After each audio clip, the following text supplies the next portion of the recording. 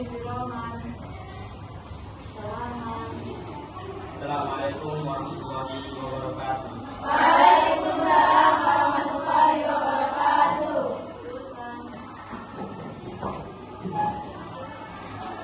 Alhamdulillah, alhamdulillahirobbilalamin. Syukur kita panjatkan kehadirat Allah Subhanahu wa taala. Di mana Allah Subhanahu wa taala telah memberikan beribu-ribu nikmatnya kepada kita sehingga kita bisa berkumpul di tempat ini sama berkat dari karunia. Amin amin ya rabbal alamin. Kawan berserikan salam, berbingkaikan rindu dan kasih sayang kepada junjungan alam baginda Nabi besar Muhammad sallallahu alaihi wasallam. Sebelum kita mulai pelajaran, maka baiknya kita terlebih dahulu membaca pada hati ini walaupun jadi solehah. Ya hadirat Nabi sallallahu alaihi wasallam. Fatihah.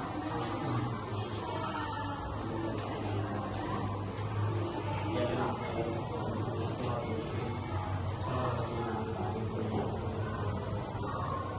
Ini kita absen dulu ya. Aira Sakiatur Rahmah, Alvin Rizky Kamila, Dwi Satira Rizkian, Zakia Nabila Hakim, Aiza Mila Herwanto, Sulam Maludan, Fathatul Azizah, Amdullah, Madinah Zahra,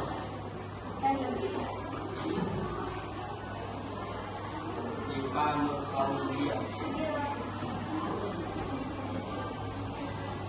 Jauhari, Khairia Alvina,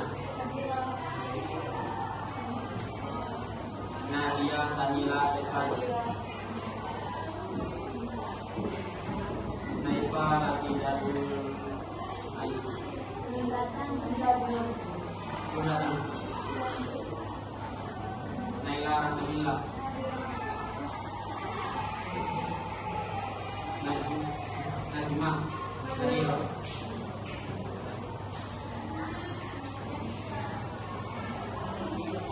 Natasha Aulia Aini Safa,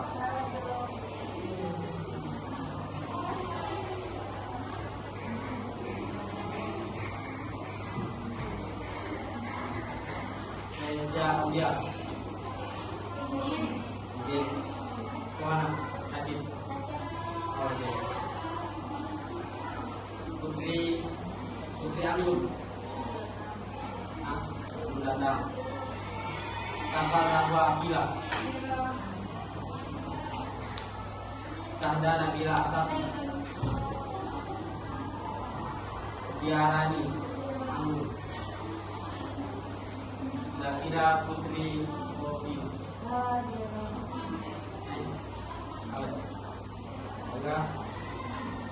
Silakan dibuka halaman 36 yang menghindari durhaka pada orang tua. Akidah.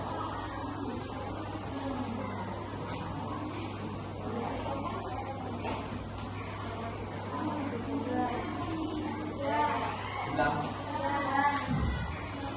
Coba tolong dibacakan.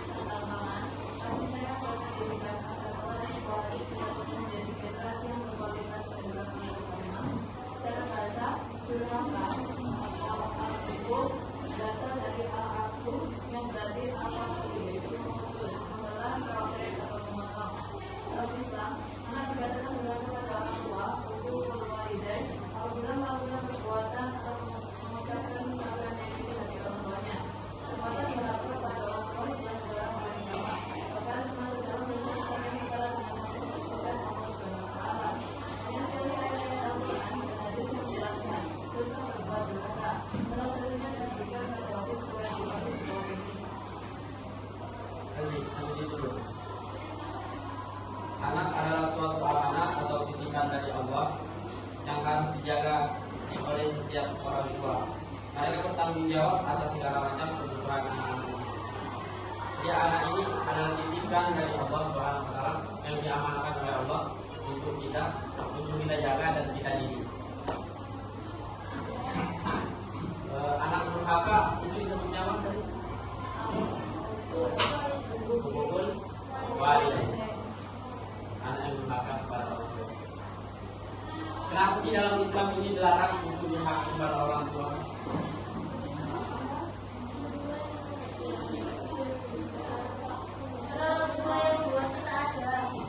Karena orang tua yang membuat kita ada.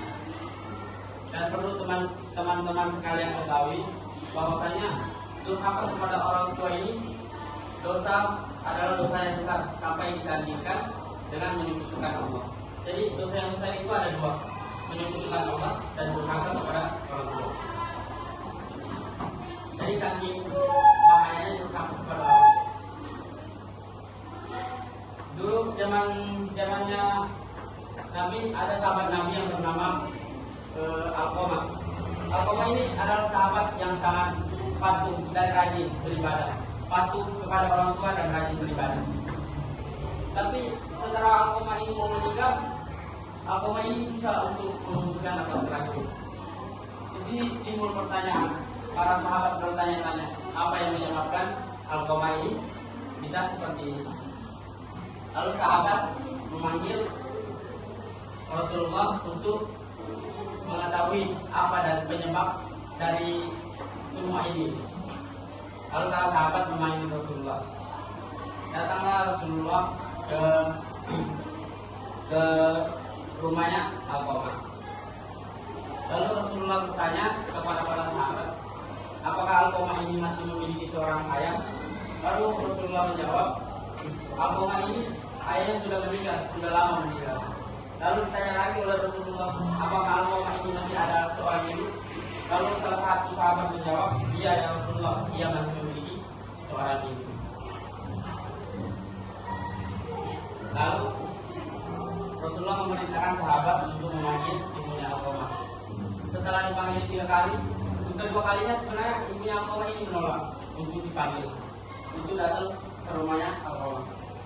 Ibunya menolak karena ibunya sudah murka sama Alqamah, sudah tidak ridho sama Alqamah.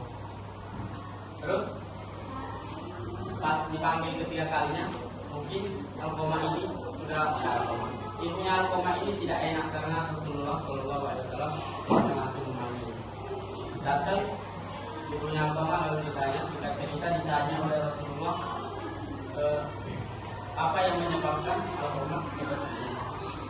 Lalu ibunya menjawab sambil menangis, ibunya berkata, Alqamah ini dulu adalah anak yang berbakti kepada saya, adalah anak yang sangat sayang kepada saya.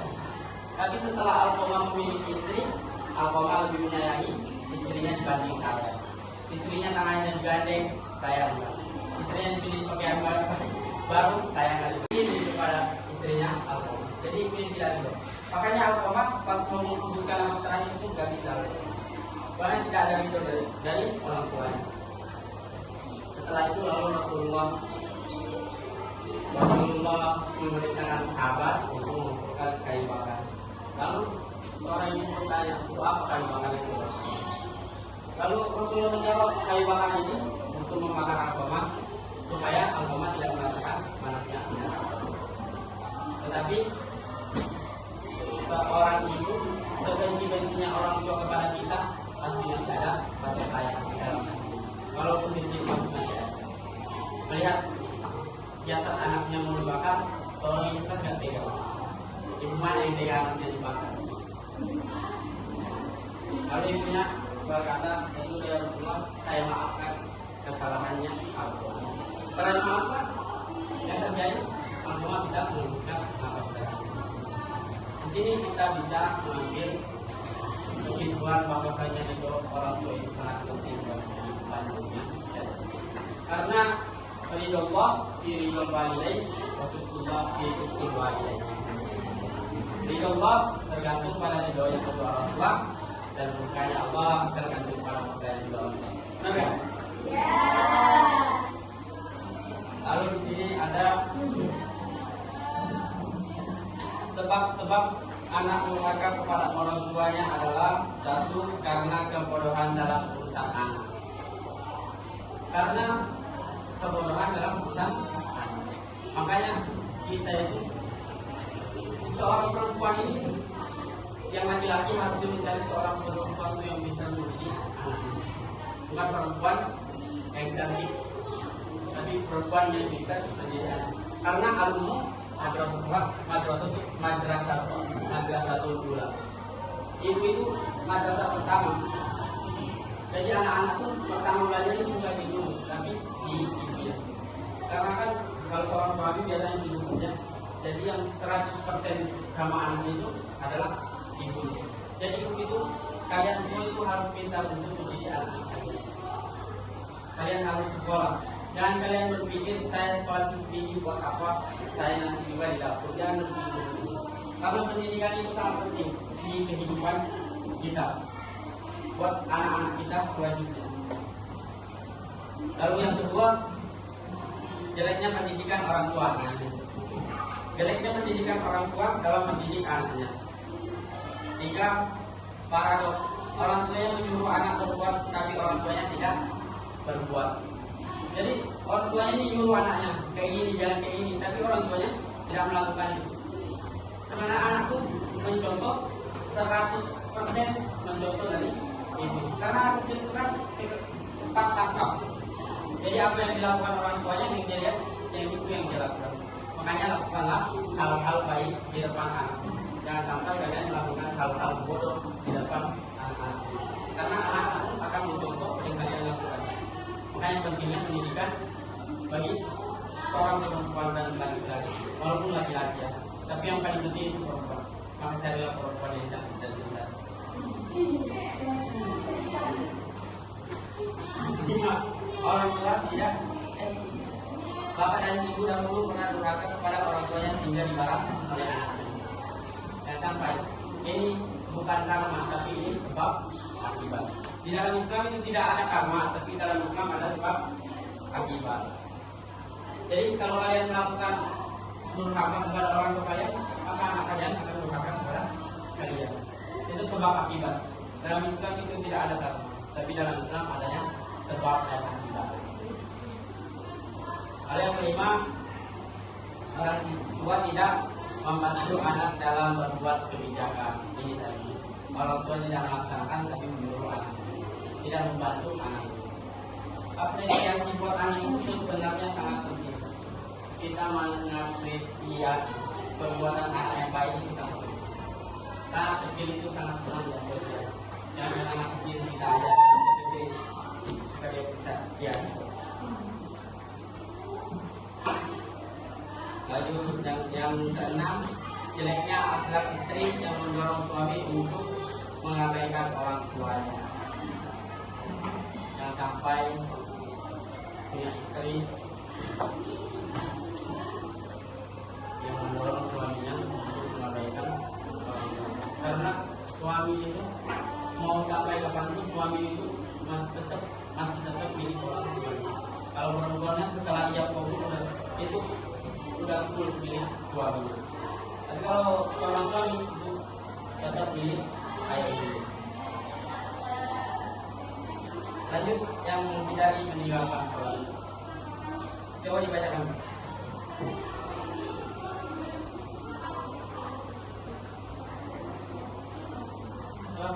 Saya bilang kalau dibacakan ini menghindari meninggalkan sholat.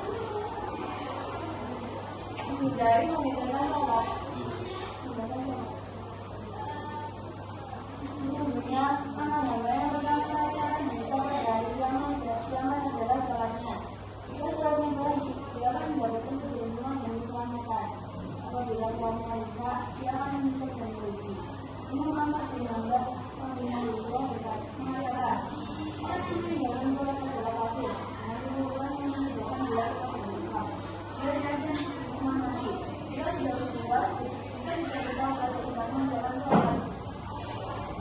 Imam Abu Hanifah memiliki jawaban Syafi'i mengatakan, orang yang meninggalkan sholat adalah orang fasik dari yang kafir.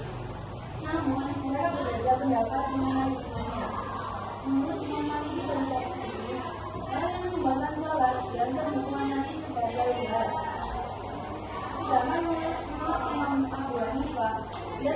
cuma sebagai takjil peringatan tentang hukuman mati. Orang yang tidak menunaikan sholat sebenarnya nanti adalah batas sakko.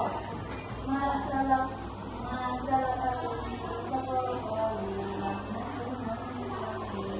apa yang menyebabkan kamu masuk ke dalam neraka syafaat?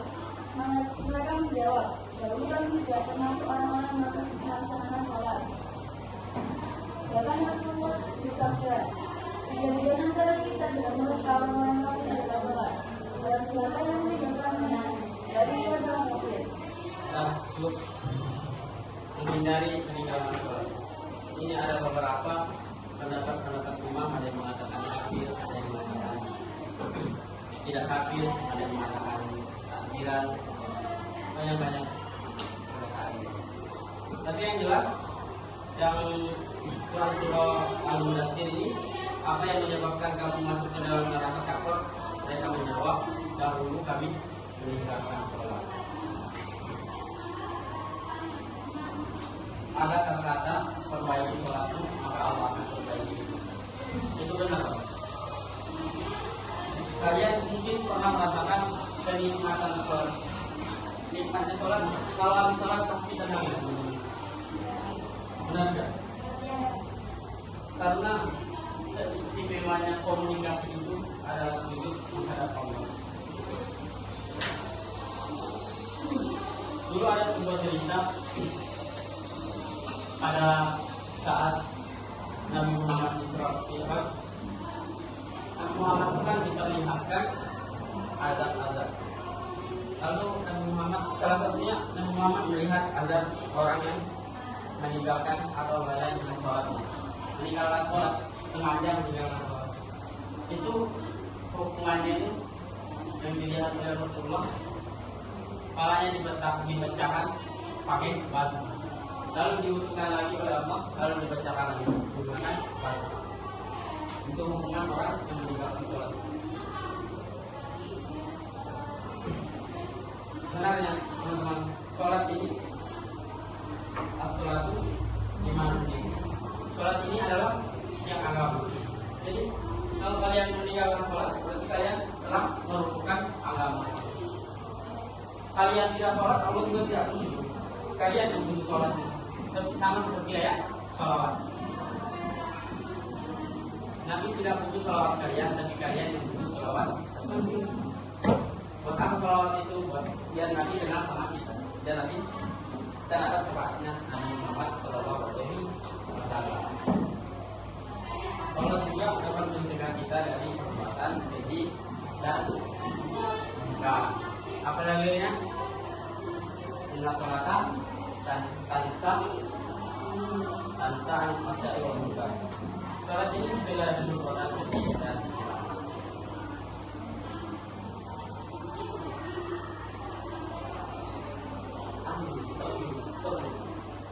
Stop. Nanti ada hadiahnya. Teman-teman mau hadiah apa? BMW bahagia paper warna merah. Pesawat pesawat. Paper bag batik. Pesawat. Pajero. Pesawat. Udah nggak sih? Ini udah. Udah mat dari tadi. Oh dari tadi. Aku mau aja. Iya nggak apa. Baiklah teman-teman, di sini kita tidak ada media, jadi kita bermain ini saja. Kita akan mengasihkan pulpen ini pada teman kita dulu. Pulpen ini akan berputar sambil bernyanyi apa ya? Nyanyi apa ya teman-teman? Jadi saya apa ya? Balon suara 5 juga boleh. Iya.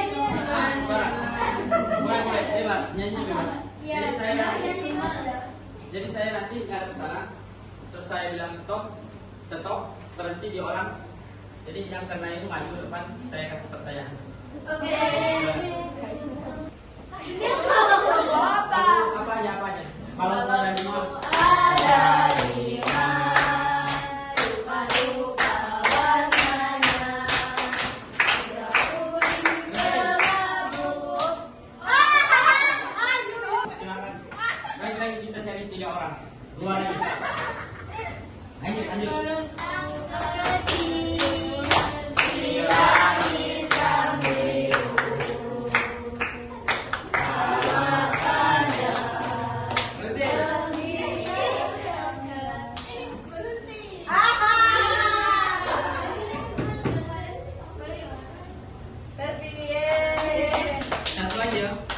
Ayo.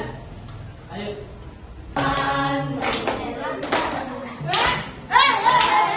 Hilangkan kesuksesanmu. Kita berbincang karuan tanpa beban. Ada siapa? Siapa yang kena? Anak yang durhaka kepada orang tua disebutnya apa? Buku keluarga. Oke, mantap. Tepuk tangan.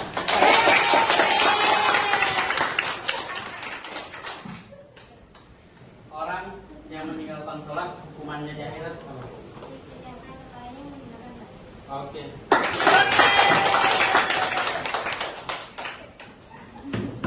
Neraka tempat orang yang meninggalkan sholat neraka apa? Akor. Mantap. Sudah, silakan kembali. Terima kasih. Tapi tanyanya itu Tanya apa? oh, Silakan. oke. Silakan. Sholat. Sholat. Sholat apa? Sholat. Apa ya lupa? Ini sih. Sholat. Kan itu ya kan kalau kita lupa nggak baca Al-Quran itu kan harusnya itu kan sujud sahwi. Nah pas kita sujud sahwi itu kan kita tahiyat akhir. Nah itu tahiyat akhir itu berarti baru 52 apa? Setengah berarti kita sujud semua. Semua dulu. Semua dulu sebelum salam baru tujuh kali. Baru sudah tujuh kali baru salam. Silakan yang ingin bertanya lagi. Boleh itu doang. Silakan Mas. Silakan yang ingin bertanya. Ayo bertanya. Yang bertanya nanti hadiahnya nambah. Silakan.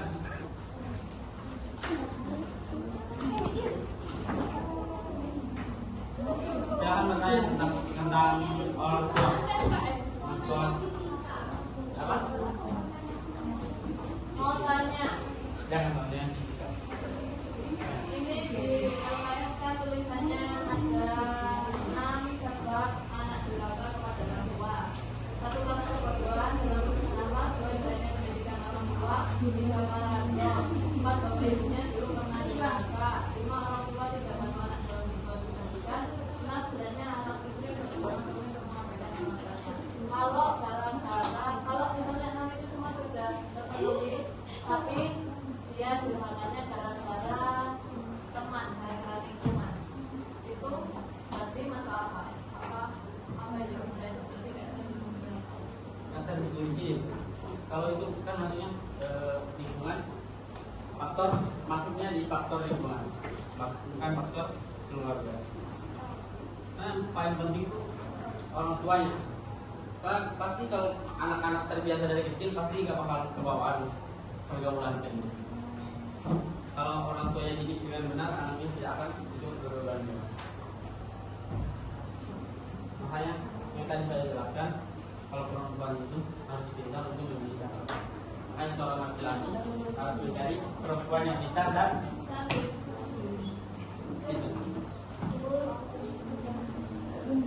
Ya kan dipertanya lagi. Silakan.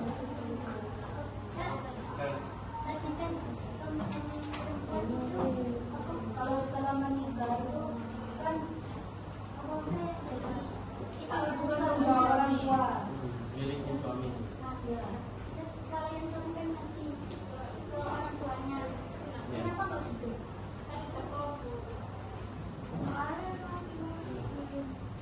Karena gimana pertanyaannya? Kenapa kok cewek jadi punyanya suaminya lebih suaminya? Ya, soalnya kan perempuan suami itu kayak membeli perempuan. Perempuan itu Iya, akad akad itu kayak beli. Kalau kita ini kan kita ijab kabul, kayak kita membeli barang itu kan ada ijab kabulnya. Nah, apa maksudnya? Kayak gitu, jadi kayak kita beli barang, kita kan ijab kabul, kita bayar, ini kita dunia.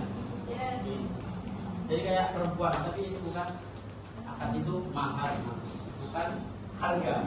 Namanya mahar. Ya, baik, silakan. Mahar. Pertanyaan yang lain. Siapa aja tadi pertanyaan? Tolong diingat-ingat ya. Nah, Maharnya nanti itu di orang tua apa di yang ceweknya? Oh, kita. Yang dibeli juga ke bapaknya. Bapaknya. mahar itu orang tua dulu. Mahar. Ceweknya apa ke orang tua? Maunya mahar. Biasanya ditanya cewek aja. Tapi kenapa ya? Kan itu orang tua. Nah, harus itu orang tua. Iya. Kan orang tua. Orang tua yang punya anak. Iya. Punya barang, ya. Iya. Jadi ceritanya orang tua yang punya barang, kita beli, maka kita kasih ke yang barang itu uangnya.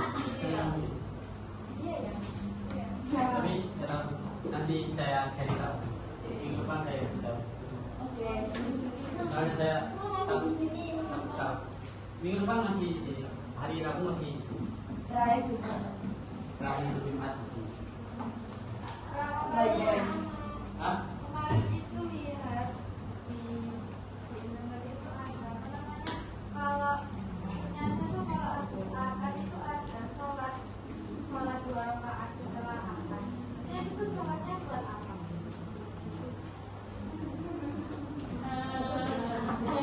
Nanti kalau ketika kayak gini, aku kan belum pernah akad gitu. Sama makanya nanya. Ya, minggu depan tak jawab. Soalnya kalau masalah kayak gini, saya tidak mau. Jadi Bapak sholat apa enggak? Apa? Harus sholat apa? Kalau main sunat nggak harus. Habis ini coba akad biasa. Kita Nanti. kerjanya. Iya. Yang di sekolah yang di sekolah. Iya. Betul berapa ini? Silakan, ada pertanyaan lagi? Jawab ya ke depan. Ya, minggu depan dijawab pertanyaan-pertanyaan yang tidak bisa saya jawab.